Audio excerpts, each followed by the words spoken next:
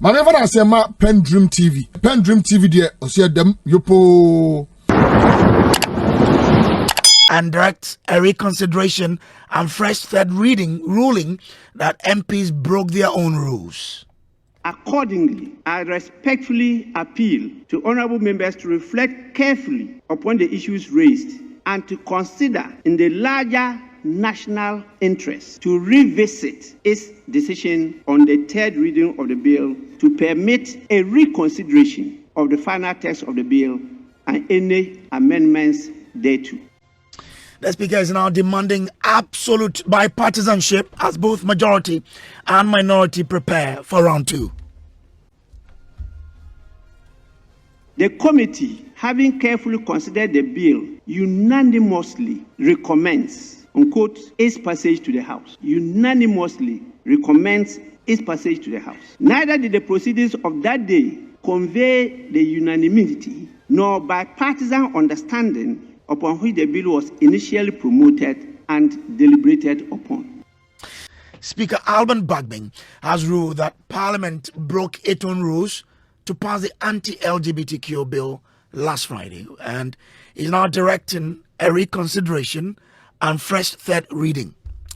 In a rare rebuke of his own house, Alban Bagbin says Parliament violated orders 170, 171 and 172 to rush it through.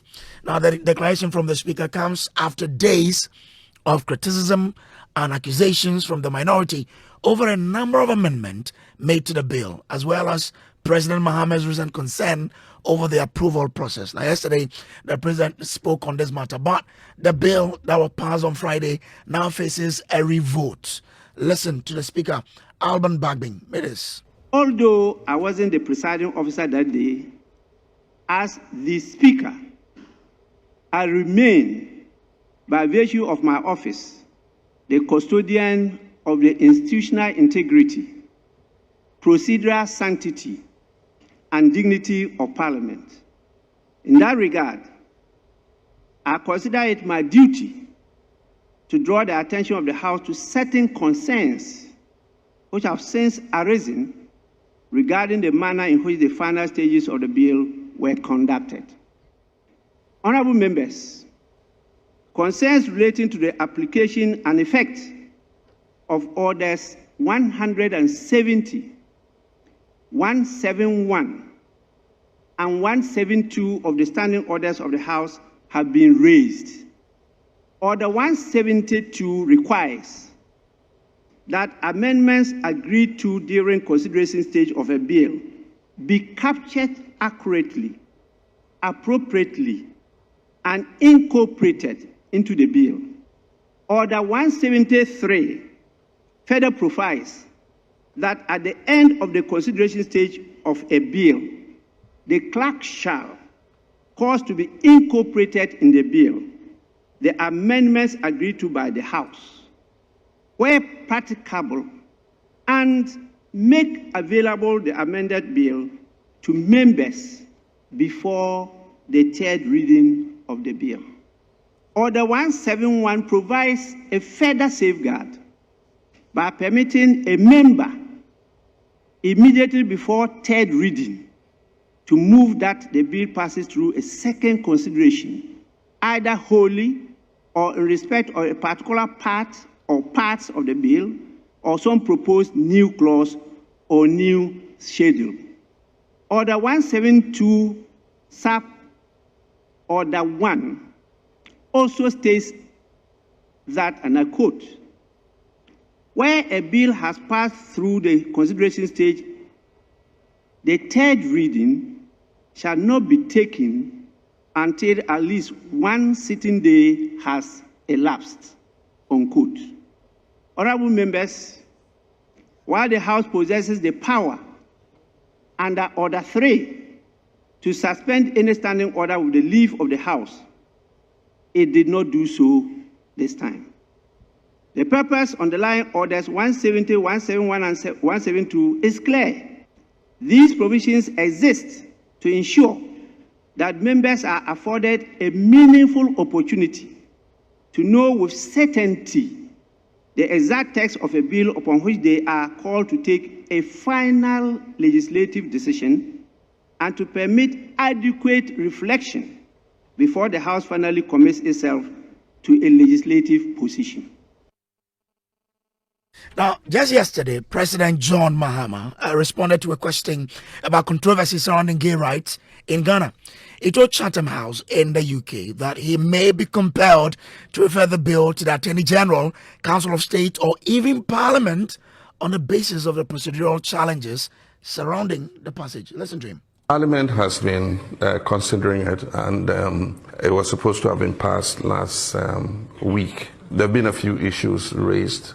One, that there wasn't quorum when it was passed, and then two, there were some procedural lapses in terms of its passage. I just got some communication that the Speaker was reading a statement to address the issue of the lapses in the passage of the bill. And so, like I said, when I was the opposition leader, the President has a number of options in this matter. It must come for assent, and so once the President gets it, you go through it because you are not part of the discussion in Parliament. And so the legal representative, the legal counsel in the Presidency and the Attorney General would sit on it because it was a private member's motion. Right. This was not a government bill. And so we'll look at it and make sure that everything is in order before the President is advised to assent.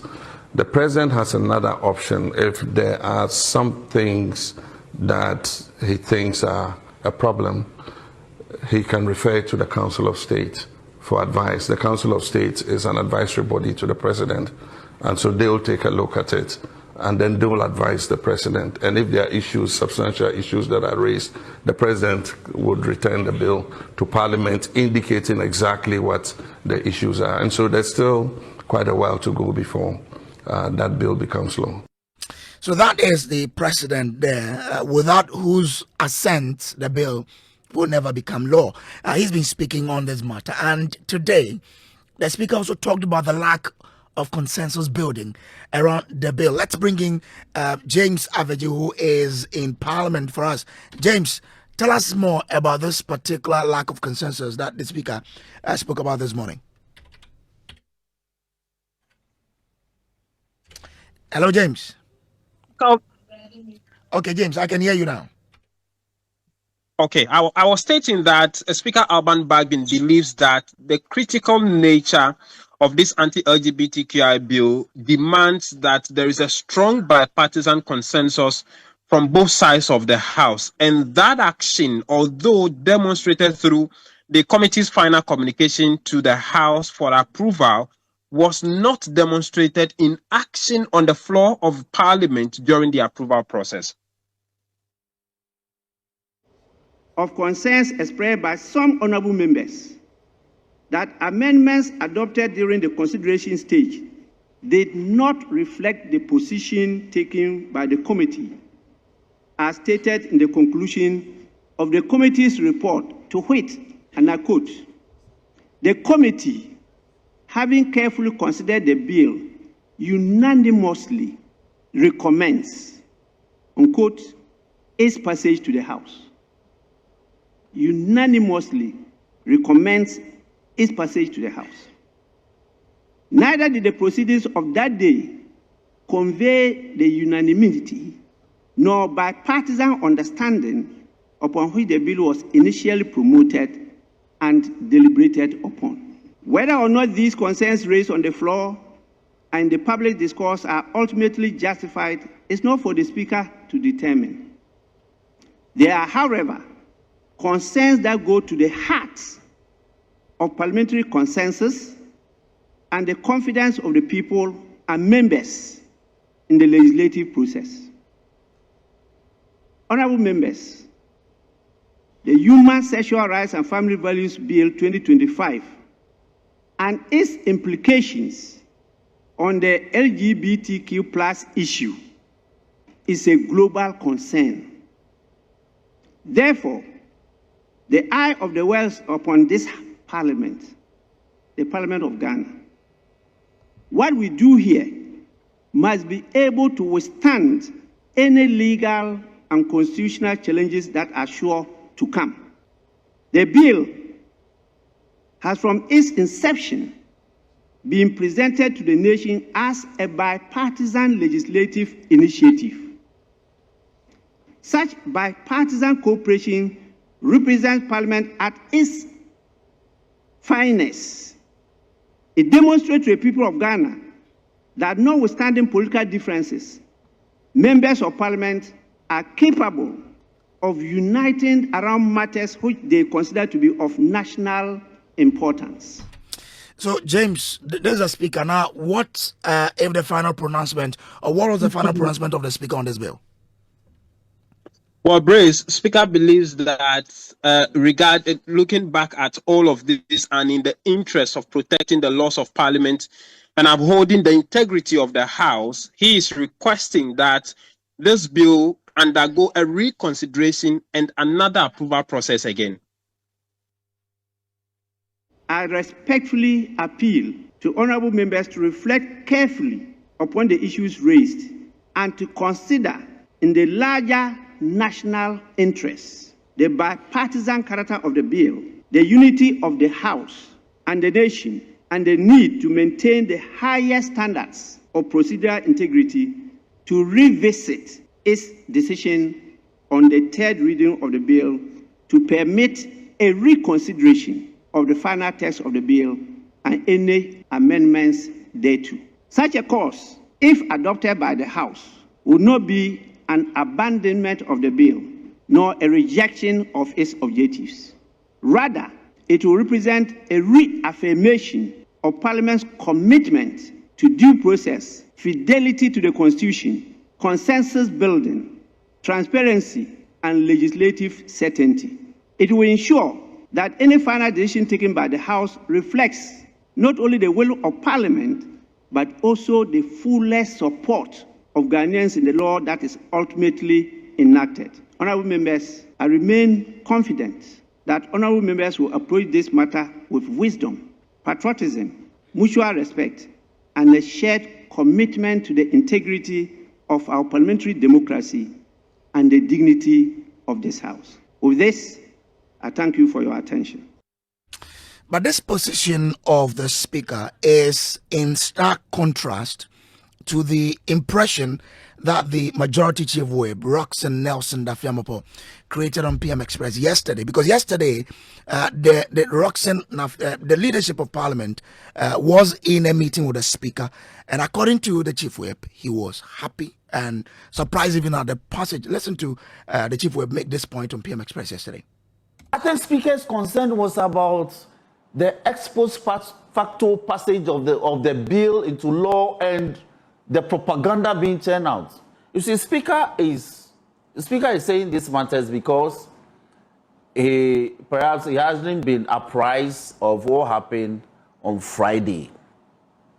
But I'm saying that he said he was pleasantly surprised that we were able to got committed to do this on Friday. When he met you, did he say this to you? Did he confirm that? Yes. And we told him. Because he met you tonight? Yes. He met you tonight? We met. And he was happy that you passed it? Yes, Speaker was happy.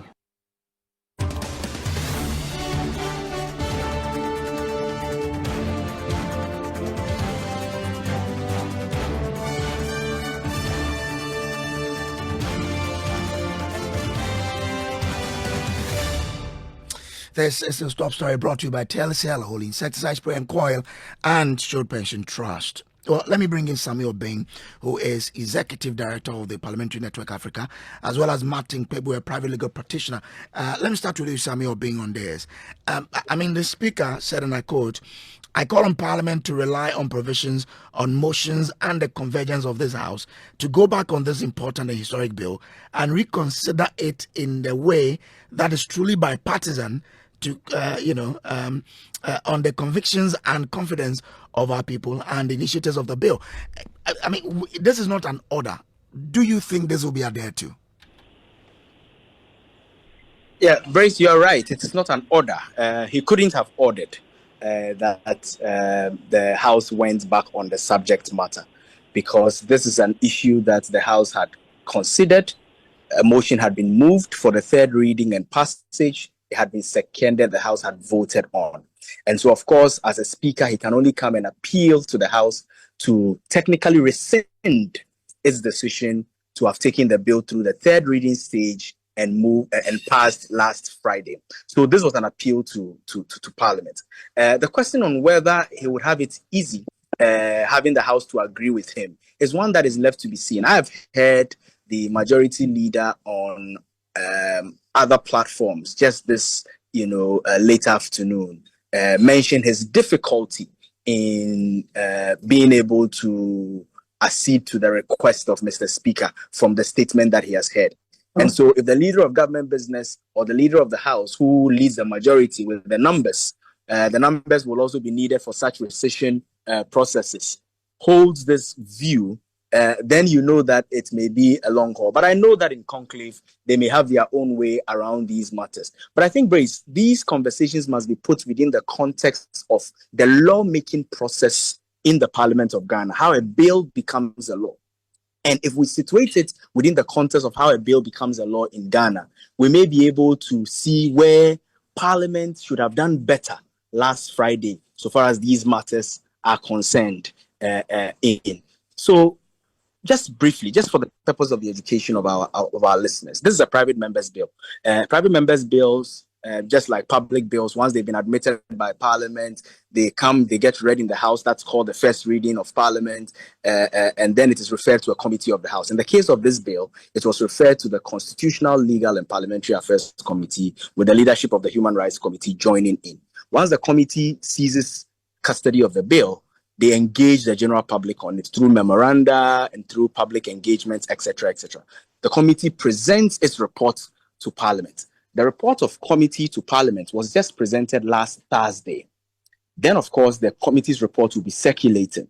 And that's why Parliament, usually knowing that reports will have to be looked through, members of Parliament will have to make time. The standing order says that it will have to take a day or two in Parliament before you move to the next stage, which will then be the second reading stage of the bill, where the principles of the bill will be debated.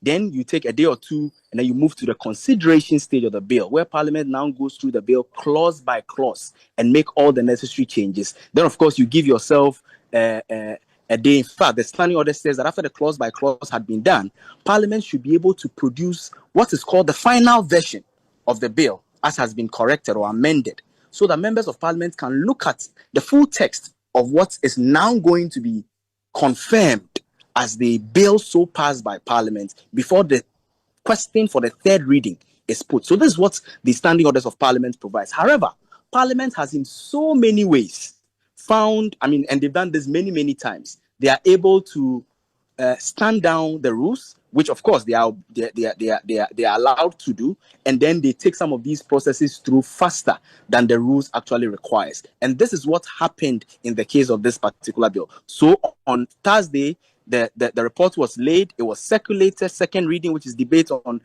the principles happened. They were to begin the consideration, which they stood down, and then on Friday they went through the entire consideration, which is the clause by clause correction of the bill, and also did pass it the same day. So Mr. Speaker is saying members of Parliament did not have the benefit of receiving the final version, the final text of the bill, to be able to, see what it means, for them to know whether they should pass it or they should take it through a further consideration. So he's appealing to Parliament that by the nature of the gravity of this particular bill, they may want to rescind the third reading stage. But it holds to be seen whether Parliament in as a whole, considering the balance of the majority-minority situation, will be willing to accede to Mr. Speaker's request. Has this happened before?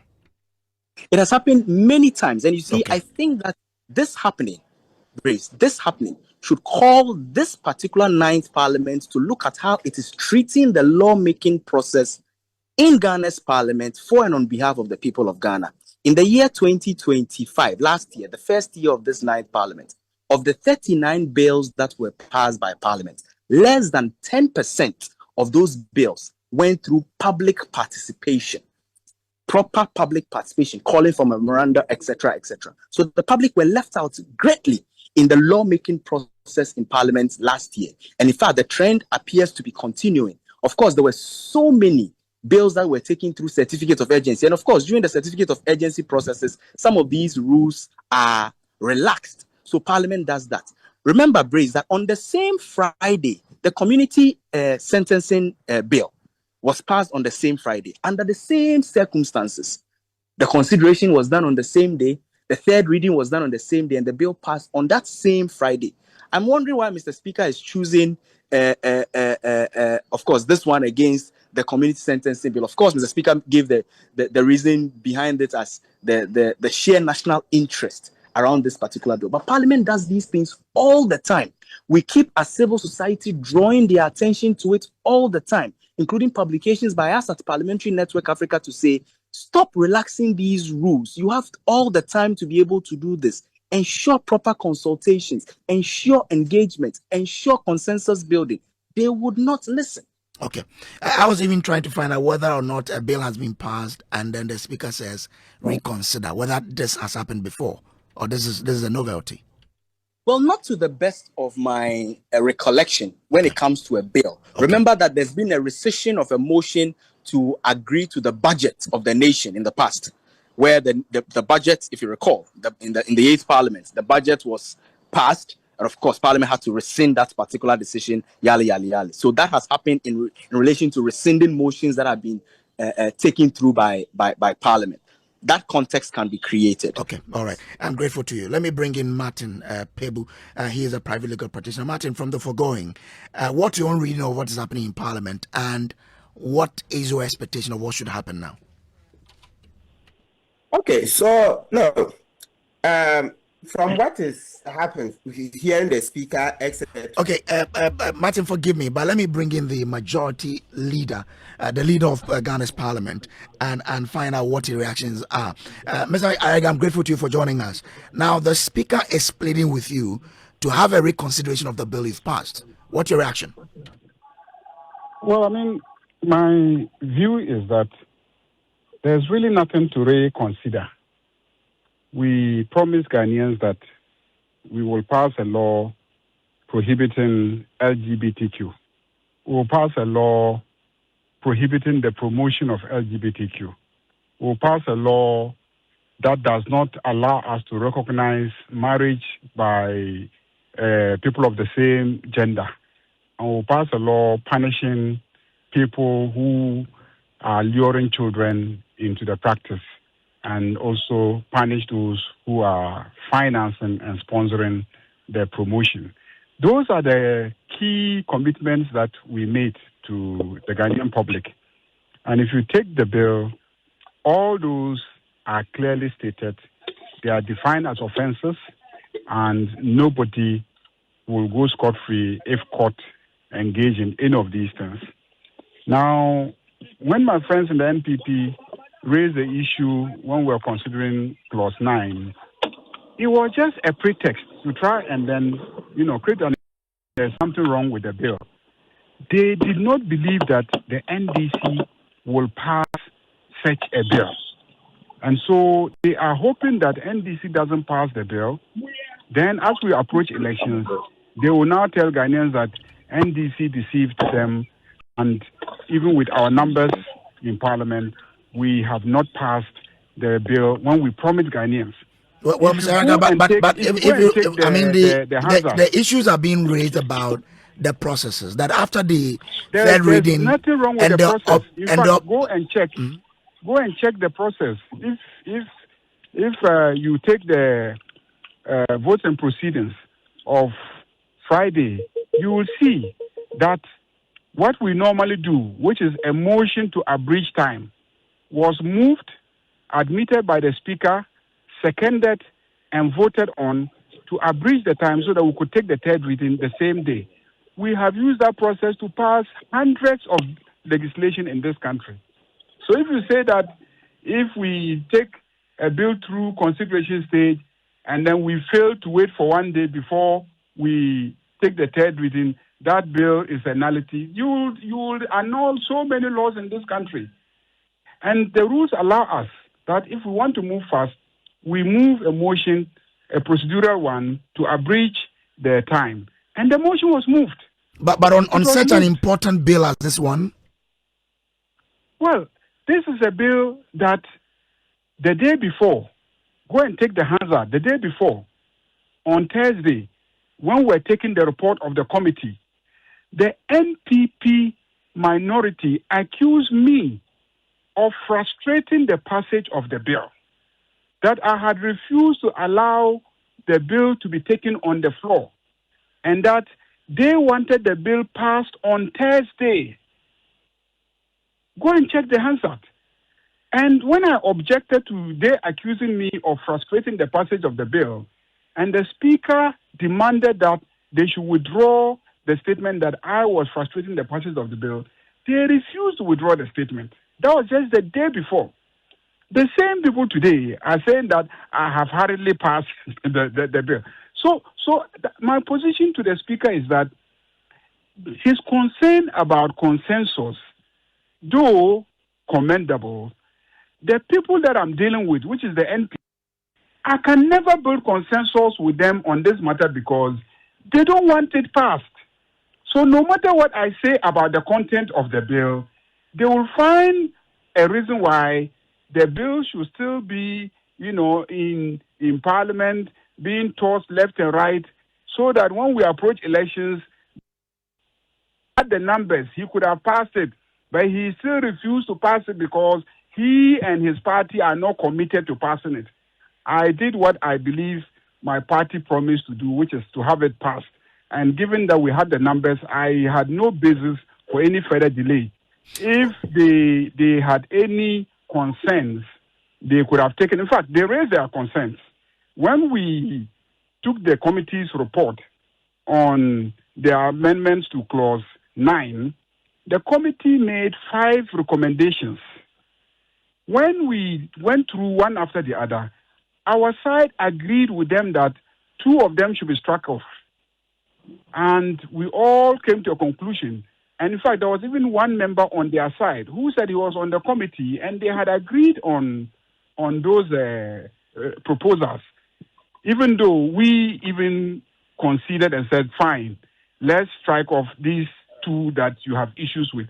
But as for these 3, which is guaranteeing that media houses cannot be taken on because they are reporting matters of LGBTQ, guaranteeing that doctors cannot be prosecuted because they are treating LGBTQ, practitioners for whatever medical issues they may have, or lawyers who are advocating for LGBTQ should not be taken on, as having committed a crime. We say, as for these 3, it is clearly in the Constitution. Okay. So you cannot, have a law that doesn't expressly exempt these matters. Okay, but if you take out the views of the MPP, yesterday, the president, who is the leader of your party, expressed some reservations. He says he was hearing about issues about procedure. We were also told yesterday that you were in a meeting with the speaker, and according to the chief whip, the speaker was happy. But today he comes back to say he is pleading with you to reconsider because of the issues with the bill. Well, I don't know what the chief whip told you, but yes, yesterday the speaker spoke to a media house and indicated that he would meet the leadership to try and then build consensus. Because his concern is that if we are divided... Leader, forgive me.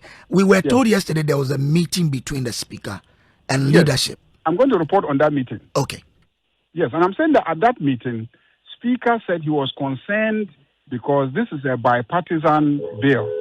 And so he expected that we'll end up with that bipartisan unity that we started. And so the fact that we've ended up, in a rancorous manner does not please him. So he was inviting us as leaders so that we'll see how we can build consensus. And then if we have to reconsider the bill, we'll reconsider it and then pass it, as a bipartisan, consensus-based, whatever, legislation. And at that meeting, I pointed out to him that my friends on the other side, they don't want the bill passed. So there's no way I will get them to build consensus with me because their whole idea is that the bill should not be passed so that they can equalize with the NDC. So I told him there and then, that for me, I don't see how I can build consensus with people who don't want the bill passed. Because on the floor, they were given every opportunity to make a case why we should drop those amendments. And they argue front and back, they will go and they will come back. And then finally we said, look, you don't have a case. You just want to frustrate this bill. And so we decided to proceed. So even if you bring us back to the chamber again, it's going to be the same thing. Because I'm not convinced about their commitment to passing the bill. So I told Speaker that this is my position on the matter. But he insists that he wants us to reconsider it and then build consensus. I said consensus can never be built because we're all pursuing political agendas. We are not acting in good faith. But was he happy? We are told by the fellow that he was happy with the passage. I will not go into those matters. Okay, I want you to listen to listen to what Dafeopo told us yesterday, and then you could address it for us just briefly. This is what you told us on PM Express. I think Speaker's concern was about the ex post facto passage of the bill into law and the propaganda being turned out. You see, Speaker is saying these matters because perhaps he hasn't been apprised of what happened on Friday. But I'm saying that he said he was pleasantly surprised that we were able to got committed to do this on Friday. When he met you, did he say this to you? Did he confirm that? Yes.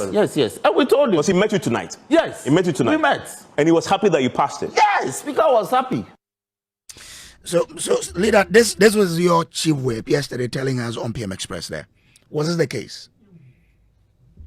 What I know is that Speaker explained that he, yes, had directed us to consider the bill, but when it was passed, he didn't know that we had passed it. And so people called him to commend him for passing the bill. And he rather told the people, no, the bill has not been passed because he was not aware that the bill had been passed. But people commended him highly for passing the bill. That he did tell us. And that it was, and he called me around midnight that day to confirm with me. It is true, I saw his missed call when I woke up in the morning. And he didn't get me. He called the clerk, he called everybody. And then it was the following day when he saw the discussions on radio, then he realized that, we had indeed passed it. And that he even went back to the platforms that he had said, no, they should hold on. It hadn't been passed yet to say, actually, it was passed, just that he hadn't been briefed because he was not presiding at the time that we passed it.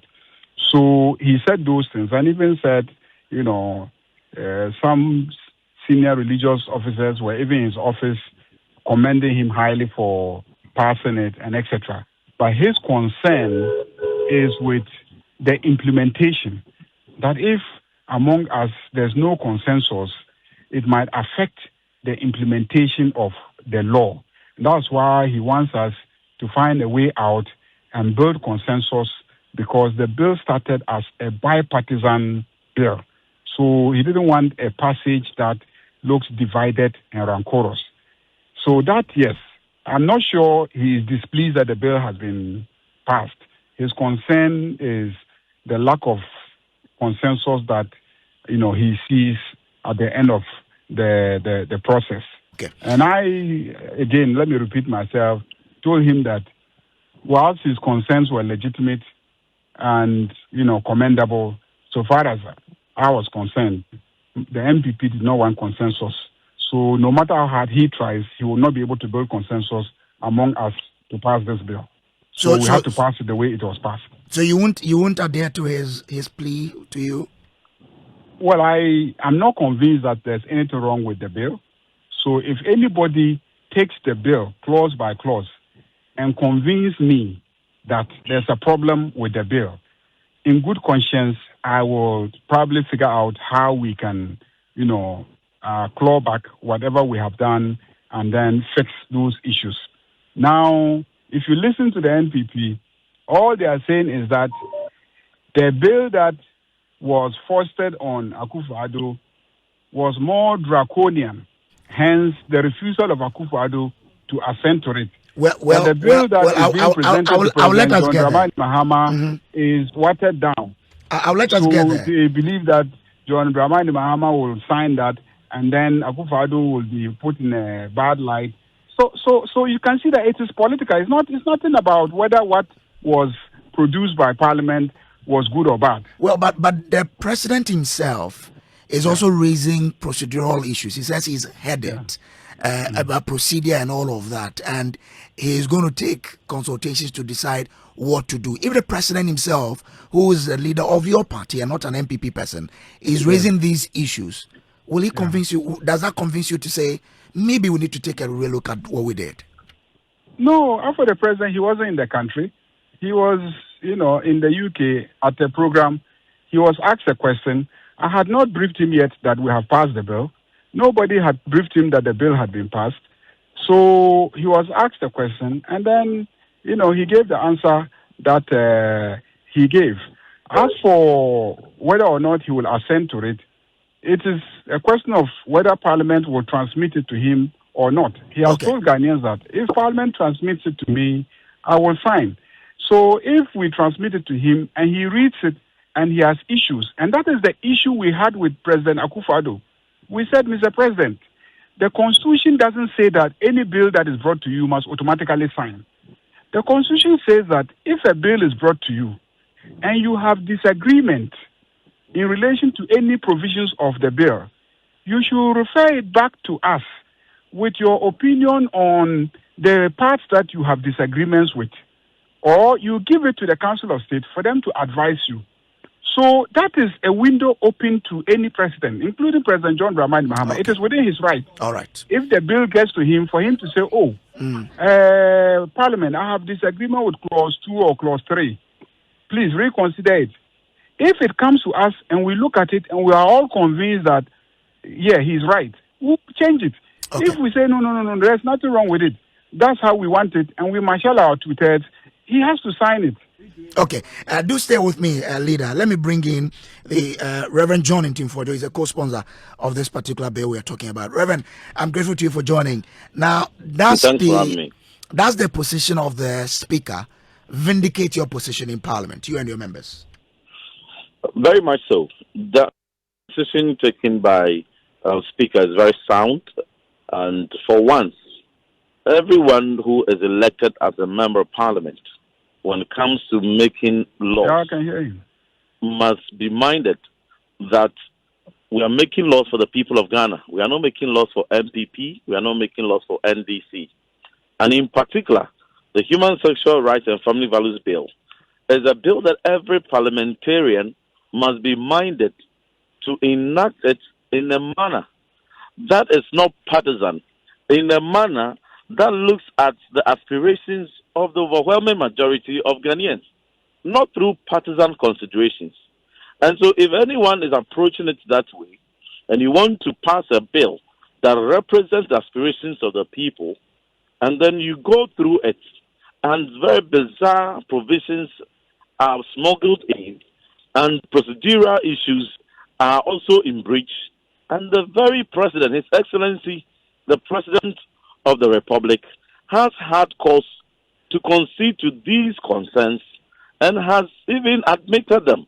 The Speaker of Parliament has conceded to these challenges and conceded that we should, as Parliament, masters of our own rules, if we are passing the bill for the good people of Ghana to represent the aspirations, to cure mischief that are at the heart of Ghanaians, and the bill is not for NDC or MPP, then let us withdraw the problematic bill and the problematic procedures and the circumstances under which the bill was passed, so that we re-establish consensus.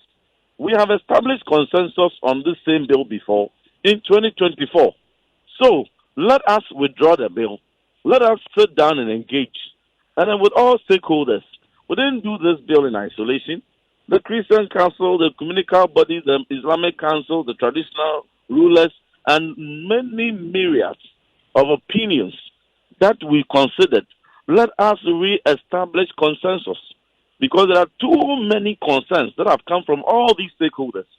But if somebody says that, no, we won't listen, we just want to continue and proceed with that same problematic bill, because all Ghanaians want is a bill, that is wrong, because Ghanaians just don't want a bill. They want a bill that is fit for purpose. And if somebody says, no, we will not agree, we should just proceed, even knowing that the bill, having breached certain procedures, can be arrested illegally, then that person is suggesting that the bill should be set up to fail and not even to survive assent. But if you mean well for this country, that a bill that is fit for purpose of addressing the object of human sexual rights, our values, our norms, you would agree with the Speaker, so that we will come back and then we will agree on a consensus and in a bipartisan way, where no procedure is in doubt to have been breached, we pass it. When we pass that bill, it will be widely accepted. Whether you're MPP or NDC or apolitical, you will accept that bill. And then you will know that bill is coming to protect your values. And you will also be assured that the content of that bill is something that is going to be accepted and stand the test of time, and the procedures under which the bill was passed is not one or are not the type that can easily be vulnerable for legal, tussles that will arrest the bill. All right, that's Reverend John in Team Fojo. He's a co-sponsor to this particular bill. We have the Catholic Bishops Conference on the line, as well as Martin Pebu. I'm handing over to the Newsnight team. A person shall not procure. Then he goes to clause 10 and says, subject to the Constitution. So what Speaker is saying is that you changed the bill and brought it back to this House. So, Mr. Speaker, let's take a decision on E and then continue. For a lawyer who attempts to provide legal services in defense of a person practicing LGBTQ. So, in my opinion, perhaps the committee needlessly brought this proposal to us. But I think that it is out of abundance of caution to make things very clear that the committee proposed these amendments. These are the only issues on which the minority is standing to say that the bill has been watered down. This bill is not watered down. This bill does two major things. One, this bill prohibits any practice of LGBTQ in this country. Two, this bill prohibits any advocacy of LGBTQ in this country. This bill to ensure the passage of this bill. When President John Dramani Mahama is going to assent to the bill, I'll invite you to accompany me to the Flagstaff House to witness a president assenting to the Human Family Sexual Rights and Family Values Act that will be signed by His Excellency the President. I believe we have come to the end of the day. There will be no letter threatening the clerk of this parliament, asking him to desist from bringing the bill to the Flagstaff House. Mr. Clerk, the President is eagerly waiting for you at the Flagstaff House. And he says, as soon as he returns, you should hasten with the bill to him so that, as promised to Ghanaians, he will append his signature to it. Minority Leader, you have the floor. Speaker, thank you for the treasure space to also say a few words. Mr. Speaker, clearly this evening, this country has witnessed an unprincipled political act by our friends in the majority. They may try and act smart, but smartness does not last. Integrity lasts. Mr. Speaker, in opposition, our friends resisted any attempt at amending their proposed sponsored bill. And today, we know that the very law that they wanted Nana Akufo-Addo to sign, when they were faced with the same law, they amended and diluted that same law. Such a double standard does not pass for a man with principles. It is not enough to say one thing whilst in opposition, and when you get power, you change your stand thinking that nobody can read through. Mr. Speaker, let me draw the attention of the House to some few procedural blunders. One, at page 42, we have been told that motion 41 and 42 were moved. But, Mr. Speaker, the terms of the motion in 41 are clearly spelled out. It is important to let Ghanaians know that at this critical stage, none of the NDC sponsors of this bill was in this chamber. Honorable Emmanuel Kwesi Bejra, whose name is advertised in this motion, was not here. Honorable Sam Nate George, not in the chamber. Honorable Na Adole Sowa, not in the chamber. Honorable Ellen Ajua Intosu, not in the chamber. Mr. Speaker, it is the reason why, without the leave of the House, the Honorable Dafia Mekpo moved a motion. We have paid attention to all that, and then when it came to motion 42, again, none of the sponsors who could have moved the motion was in to move the motion. Mr. Speaker, nobody. Where is Honorable Sam George? Mr. Speaker, he was loud on the rooftops, very loud. Where is Honorable Bejra? The several press conferences he held. And Mr. Speaker, Hansard will be my witness that as a majority leader in the 8th Parliament, when our friends in the NDC introduced this bill and we invited them for discussions, drawing the attention to the danger in certain clauses, they refused. Today, as they take responsibility of governance, they've realized that indeed the issues we raised are still critical. Mr. Speaker, who in this country is NDC trying to deceive? The religious leaders, our chiefs, our civil society? Mr. Speaker, I urge every Ghanaian interested in this matter to pick the law that the NDC pushed on Ghanaians and Akufo-Addo, and pick this very law that they claim President Mahama is going to sign. I know that indeed President Mahama couldn't have signed that bill, and the NDC knows that they cannot present the same bill. So what kind of double standard on principled politics is this? And then you think that out of smartness you can play on words, use social media to deceive anybody. What you've passed today is very obtuse, nugatory, empty. It doesn't address the very concerns you claim you believe in. Where is your principle? Your principle is soiled. You have a soiled principle. You don't believe in anything. You believe in political mischief and political convenience to win elections. And you've been exposed. I can assure you that posterity will judge your conduct. We may be few, but we are armed with principle. We may not have the number to unturn your inactions, but we are principled.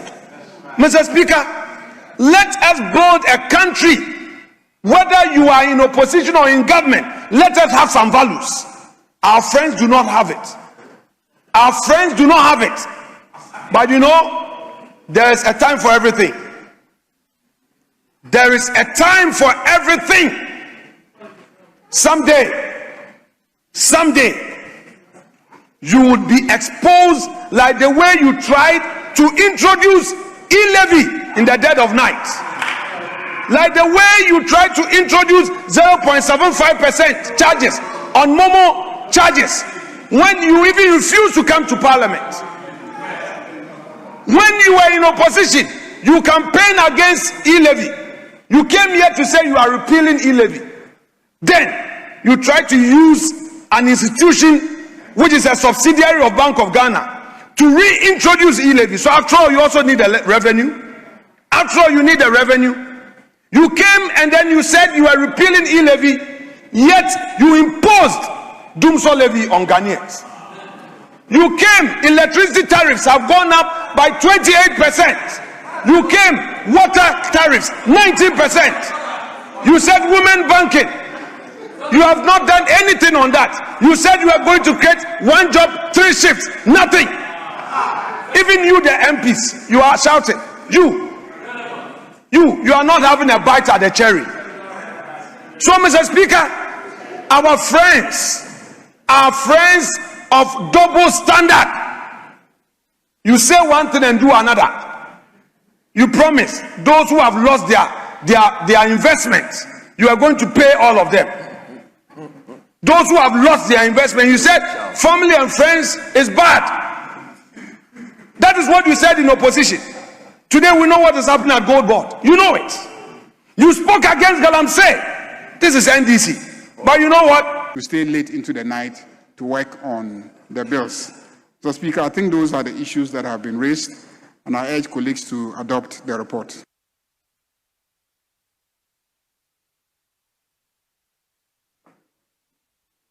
Honourable members, Minority Chief Whip. Yes, please. Speaker, I'm sorry I have to come back. Speaker, if you... Ellen Ajua Intosu, not in the chamber. Mr. Speaker, it is the reason why, without the leave. Whenever I say my PENDREAM TV there, I see them, yopo. Majority Leader. Mr. Speaker, I want to thank the Minority Leader for his presence in the chamber and contributions as he joined us to pass the Human Sexual Rights and Family Values Bill. It's a promise that was made that the bill will be passed, and upon passage will be assented to expressly by President John Dramani Mahama. Mr. Speaker, but for the fact that we have not yet printed a copy of the bill, I would have assured you that this evening the bill would have been assented to. Without ceremony. Without ceremony. Unfortunately, the President is out of the jurisdiction. We have not yet printed a copy of the bill for him. But upon return to Ghana, I can assure Ghanaians that His Excellency, the President, will, as promised, assent to this bill and it will come into force. I know that my friends in the minority are going to go out there and try to mislead the public. I am told that instead of remaining in the chamber and putting up a fight based on their convictions, they have absconded, left the chamber, and they are outside attempting to mislead Ghanaians in a press conference. Mr. Speaker, what is it all about? The proponents of the bill propose in clause 9 and clause 10 that subject to the Constitution. And the committee decided to elaborate on the rendition of subject to the Constitution and felt that when it comes to the right to counsel and the freedom of lawyers to represent persons accused of offenses under this act, we cannot treat advocacy in that instance as promoting LGBTQ practice. Same way, the committee felt that they should propose to this House that media houses reporting matters relating to LGBTQ should not be accused of the offense of promoting LGBTQ. And academics, researchers, conducting research into matters of LGBTQ, they should be free to publish their reports. The publication of those reports or research findings should not amount to an offense under this act. And lastly, they proposed that when people practicing LGBTQ go to the hospital and they are attended to by doctors, whether it is counseling, treatment, or surgery, we should not accuse those doctors of promoting or supporting LGBTQ. These are the simple provisions of the recommendations that the committee made to this House. Instead of remaining in this chamber for us to discuss it and build a consensus, our colleagues in the minority have left and they are out there misleading Ghanaians that what is being passed today is a watered-down version of the bill that was presented to President Akufo-Addo to assent to. That is far from the fact. The sponsor of the bill, Reverend Dr. Reverend Ntimfojo, Honorable Ntimfojo, he who sponsored the bill allowed the rendition subject to the Constitution. One of the sponsors of the bill, he allowed the rendition subject to the Constitution. So even if this House had not attempted to elaborate on what subject to the Constitution means, I am convinced that any court would have struck down any attempt to convict a doctor providing medical services to any person involved in LGBTQ. I am convinced that any court in this country would have struck down any attempt to prosecute a media house for reporting on a matter relating to LGBTQ. And I am definitely convinced that no court would have tolerated the punishment of prohibit any promotion of LGBTQ in this country. And this bill punishes anybody who engages in any of these four things that I have mentioned. This, I believe, is what originally was brought to this House in the last Parliament and remains what has been brought to this House. And so I want to urge Ghanaians to accept that nothing has changed. The commitments that this House expressed in the last Parliament and this Parliament remains unalloyed. And today the bill has been passed to satisfy the quest of many Ghanaians that we should not allow the moral fiber of our society to be destroyed by these strange practices. Mr. Speaker, I want to thank colleagues who have stayed on a Friday when they should be on their way to their constituencies to enable us pass this bill. I want to thank the Committee on Constitutional, Legal and Parliamentary Affairs for the diligence that they have applied in working on this bill. The chairman is a member of the Hajj board and is in Jeddah, but the vice chairperson who has shepherded this bill through the consideration stage must be highly commended and applauded for his performance today in helping us to pass the bill. Mr. Speaker, on that note, I thank you, Right Honourable Speaker, for sitting through and guiding us diligently to ensure that this bill is passed. I believe my colleague, the minority leader, has no objection to the bill being passed. And if he had, he would have joined his colleagues to leave the chamber. He doesn't have any objection. That's why he sat with us throughout the process